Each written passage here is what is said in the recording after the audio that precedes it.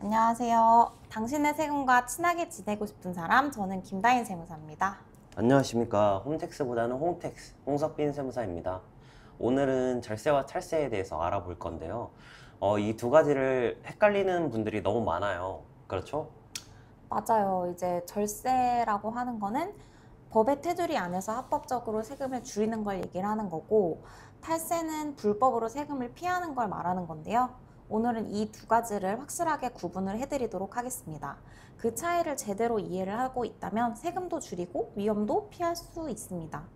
네, 그러면 절세부터 알아볼 건데요. 절세는 좋은 거잖아요. 그렇죠? 네, 맞아요. 절세는 납세자의 권리라고 할 수 있어요. 즉, 합법적인 방법으로 세금을 최소화하는 건데요. 그럼 그런 제도들은 이제 자동으로 적용이 되는 걸까요? 아니요.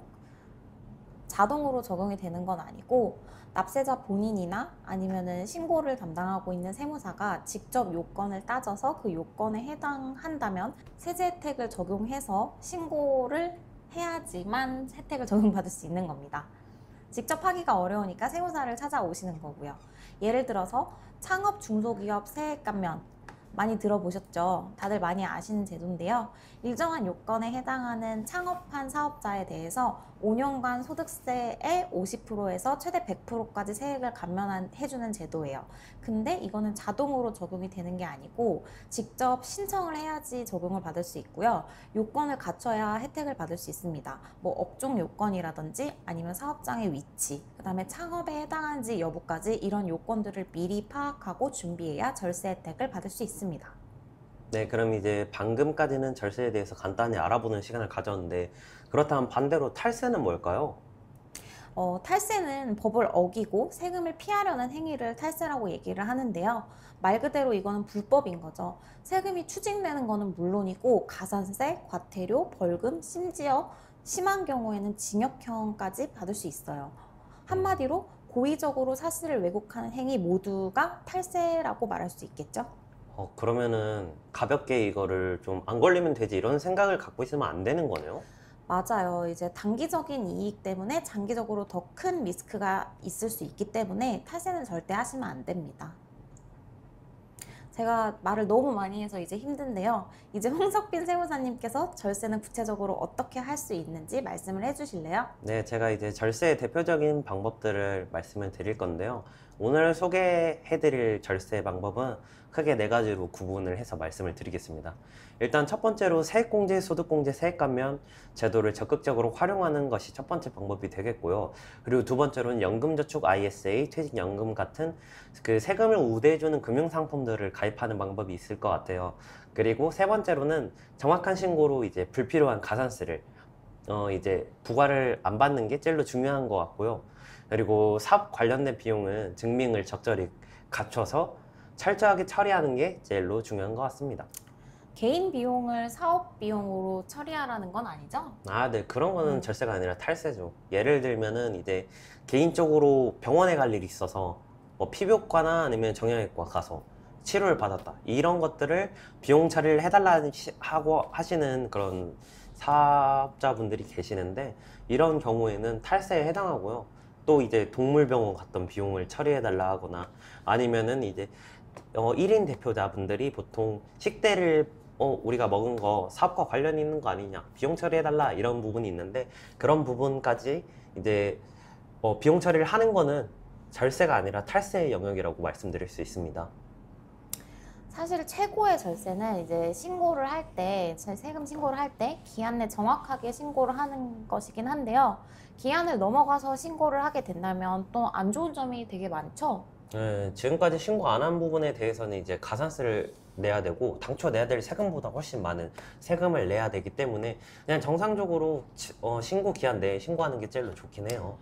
맞습니다. 그리고 기한 후 신고를 하게 되면 그 저희가 비용 처리한 부분에 대해서도 세무서에서 아주 꼼꼼하게 이게 비용성이 있는 건지 사적 경비가 아닌 건지 그걸 되게 판단을 꼼꼼하고 약간 뭐라 그래야 되지? 엄격하게 하는 그런 경향이 있어요. 그래서 사실은 저희가 기한 후 신고하는 경우에는 경비를 거의 뭐 최소한으로 넣거나 아니면은 세금 계산서 부분만 넣어드리거나 그런 식으로 신고를 해야지, 만약에 카드 비용 이상한 거 다 넣어버리면 그거는 이제 세무서에서 그때부터는 좀 꼼꼼하게 봅니다. 네. 맞습니다. 그래서 사업상 경비로 사용하셨다 하더라도 이때는 적격 증빙이 제대로 갖춰지지 않고, 그리고 사업적으로 썼다는 부분이 명확하게 소명이 되지 않는 이상은 비용 처리를 해주지 않아요. 그렇기 때문에 기한 후 신고로 넣는 거는 좀 리스크가 따르는 거라고 생각합니다. 그렇다고 기한 후 신고를 하지 말라 이런 건 아니고요.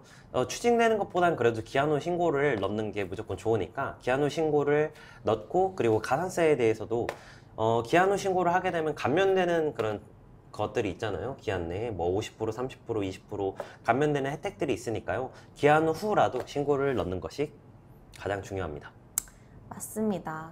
이제 절세에 대해서는 많이 얘기를 해본 것 같으니까 이제 탈세에 대해서 더 얘기를 해보려고 하는데요. 이제 탈세의 대표적인 예는 뭐라고 할 수 있냐?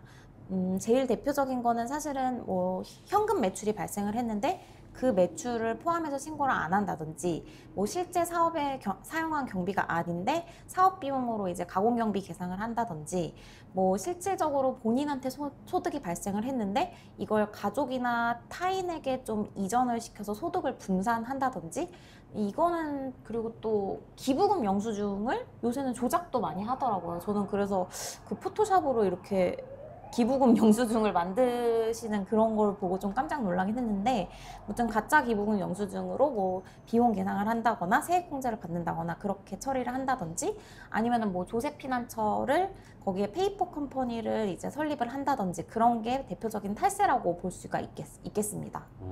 다 어디서 한 번쯤은 들어봤던 그런 내용들이긴 하네요, 이게. 네, 맞아요. 이게 다 불법인 거고, 걸리면 세금이 추징되는 거는 물론, 뭐 아주 심한 경우에는 뭐 형사처벌까지 받을 수 있는 부분이 있다. 그러니까 탈세는 적발되지 않아도 조금 리스크가 따르는 부분이 있고, 적발되면 이게 결국에는 처벌이 좀 따르니까 좀 조심은 해야 되긴 하겠네요. 맞아요. 근데 이제 보통 일반인들 입장에서는 절세와 탈세를 헷갈릴 수도 있을 것 같아요. 그렇죠. 탈세와 절세 헷갈릴 때는 어떻게 해야 될까요?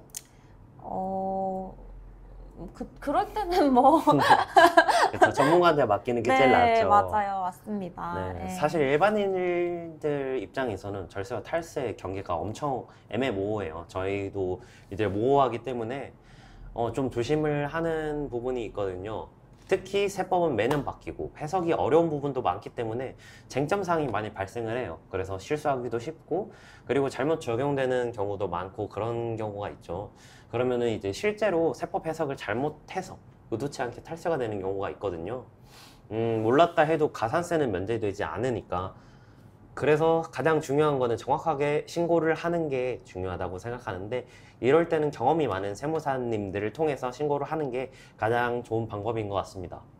네, 맞아요. 오늘 정리를 해보자면 절세는 법을 어기지 않고 테두리 내에서 세금을 최대한 줄이는 게 절세고, 탈세는 법을 어겨가면서 이제 세금을 피하는 거를 탈세라고 하니까, 앞으로는 이거 두 개를 명확하게 잘 구분을 해서 절세를 할 수 있도록 저희가 이제 노력을 해야 되겠습니다. 네, 맞습니다. 세금을 줄이려면 정당하고 합법적으로 줄여야 되거든요. 맞아요. 여러분, 절세는 권리이지만 탈세는 범죄입니다. 오늘 영상이 도움이 되셨다면 구독과 좋아요 부탁드리겠습니다. 부탁드립니다. 감사합니다. 감사합니다.